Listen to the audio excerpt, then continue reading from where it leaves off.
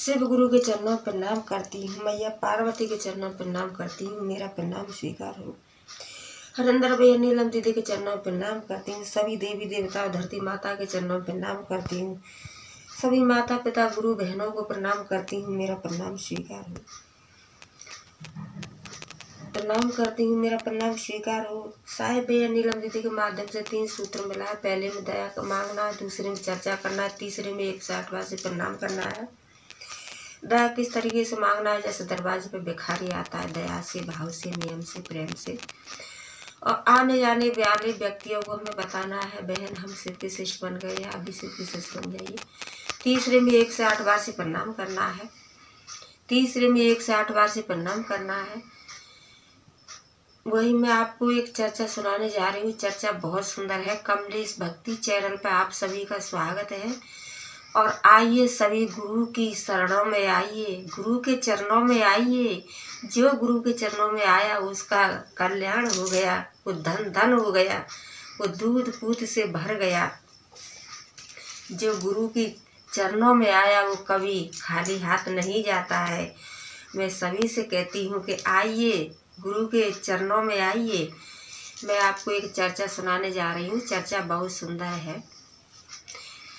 एक छोटा सा गांव था, तो उस गांव में एक कैलाश नाम के मनुष्य रहते थे। तो उनके पास एक बेटी और एक बेटा था। तो वो अपना मजदूरी मेहनत करते थे और उसी से अपने बच्चों का पेट पालन, घर का गृहस्थ चलाते थे। लेकिन बेटा बड़ा था और बेटी छोटी थी। तो अपने बेटी बेटा को बड़े प्रेम से बढ़िया खिलाते थे और बढ़िया पहनाते थे और बढ़िया स्कूल में पढ़ाते थे बड़े प्रेम से। क्यों कि मेरे एक बेटी और एक बेटा है, एक रानी और एक राजू। तो अपने बच्चों से बहुत प्यार करते थे। धीरे धीरे धीरे धीरे समय बढ़ता गया, समय बढ़ता गया। तो समय के अनुसार और बेटी भी बड़ी होने लगी और बेटा भी बड़ा होने लगा। तो उनकी पत्नी थी, कैलाश की पत्नी, वो शंकर भगवान की परम प्रिय भक्त थी। परम प्रिय भक्त थी। उनका नियम था कि सुबह शाम 3 सूत्र का पालन करना और देवों के देव महादेव से दया मांगना। उनकी पत्नी का यही काम था।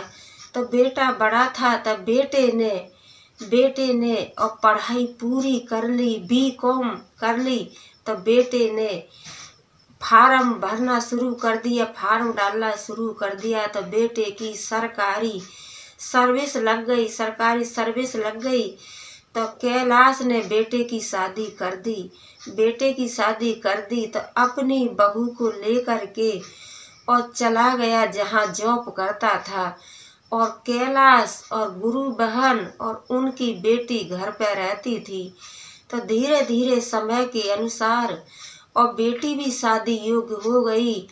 और कुछ दिन बाद कैलाश भी वृद्धा उम्र में थे, तो उनकी भी तबीयत खराब हो गई। तो उन्होंने अपने बेटे के पास कॉल किया और कहने लगे कि बेटा हमारा तबीयत खराब है और बेटी भी, तुम्हारी बहन भी शादी के लिए है, बेटा आइए और अपनी बहन की शादी कर दीजिए। तो बहू बेटा आए और कहने लगे कि अरे वाह, हम आपने पागल समझ रखे क्या? क्यों कि हम आपका इलाज भी कराएं और आपकी बेटी की शादी भी करें और उसके बाद में आप दोनों को खिलाए भी। इतना हम नहीं कर सकते हैं। बहू बेटा दोनों मिलकर यही बात बोले कि आपका इलाज भी कराएं और आपकी बेटी की शादी भी करें और बाद में आप दोनों को खाना भी खिलाएं, आपकी सेवा भी करें। इतना हम सब नहीं कर सकते। इतना बोल करके और दोनों चले गए। राजू और राजू की घरवाली, मानो कैलाश की पत्नी, कैलाश की बेटा और कैलाश की बच्चे की बहू, दोनों वापस चले गए। तो अब कैलाश और कैलाश की पत्नी शंकर भगवान के मंदिर में जा कर के और फूट फूट कर रोने लगे, दया मांगने लगे और कहने लगे कि हे देवों के देव महादेव, अब आप ही हमें कुछ रास्ता दिखलाइए। क्यों कि हमारा एक जीवन का सहारा था, वो भी सहारा हमारा आज नाट गया और कहा गया कि हम इतना नहीं कर सकते हैं।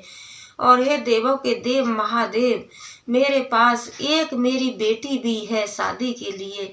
हे देवों के देव महादेव, आप ही रास्ता बताइए, मुझे क्या करना है क्या नहीं करना है।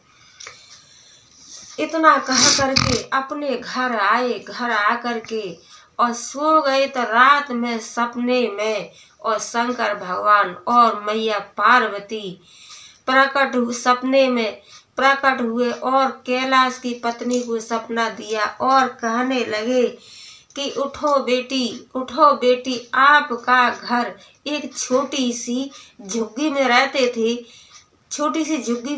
थे। तो कहने लगे मैया पार्वती और शंकर भगवान के, उठो बेटी, आपका जो झुग्गी थी वो महल के रूप में बदल गई और आपके घर में अन्न धन सोना चांदी से भर गया। आपके घर कोई भी चीज का कमी नहीं है। तो यह देख करके सुन करके और कैलाश की पत्नी फटाफट से उठी और चारों तरफ निहारने लगी और चारों तरफ घूमने लगी। तो उसने क्या देखा कि जो झुग्गी थी वो तो महल के रूप में बन गई और जो घर में कुछ नहीं था, खाली बर्तन रखे थे, तो बर्तनों में सोना चांदी गहना और किचन में खाना पीना, कोई भी चीज का देवों के देव महादेव की कृपा से कोई भी चीज का कमी नहीं रहा। तब मैं तो यही कहती हूँ कि हे देवों के देव महादेव, जैसे आपने बुढ़िया माता की और कैलाश की मनोकामना पूर्ण की, ऐसे ही सभी की मनोकामना पूर्ण करना। मेरी वीडियो को लाइक शेयर कमेंट सब्सक्राइब करना और लास्ट में कमेंट में हर हर भोले ओम नमः शिवाय जरूर लिख दीजिए।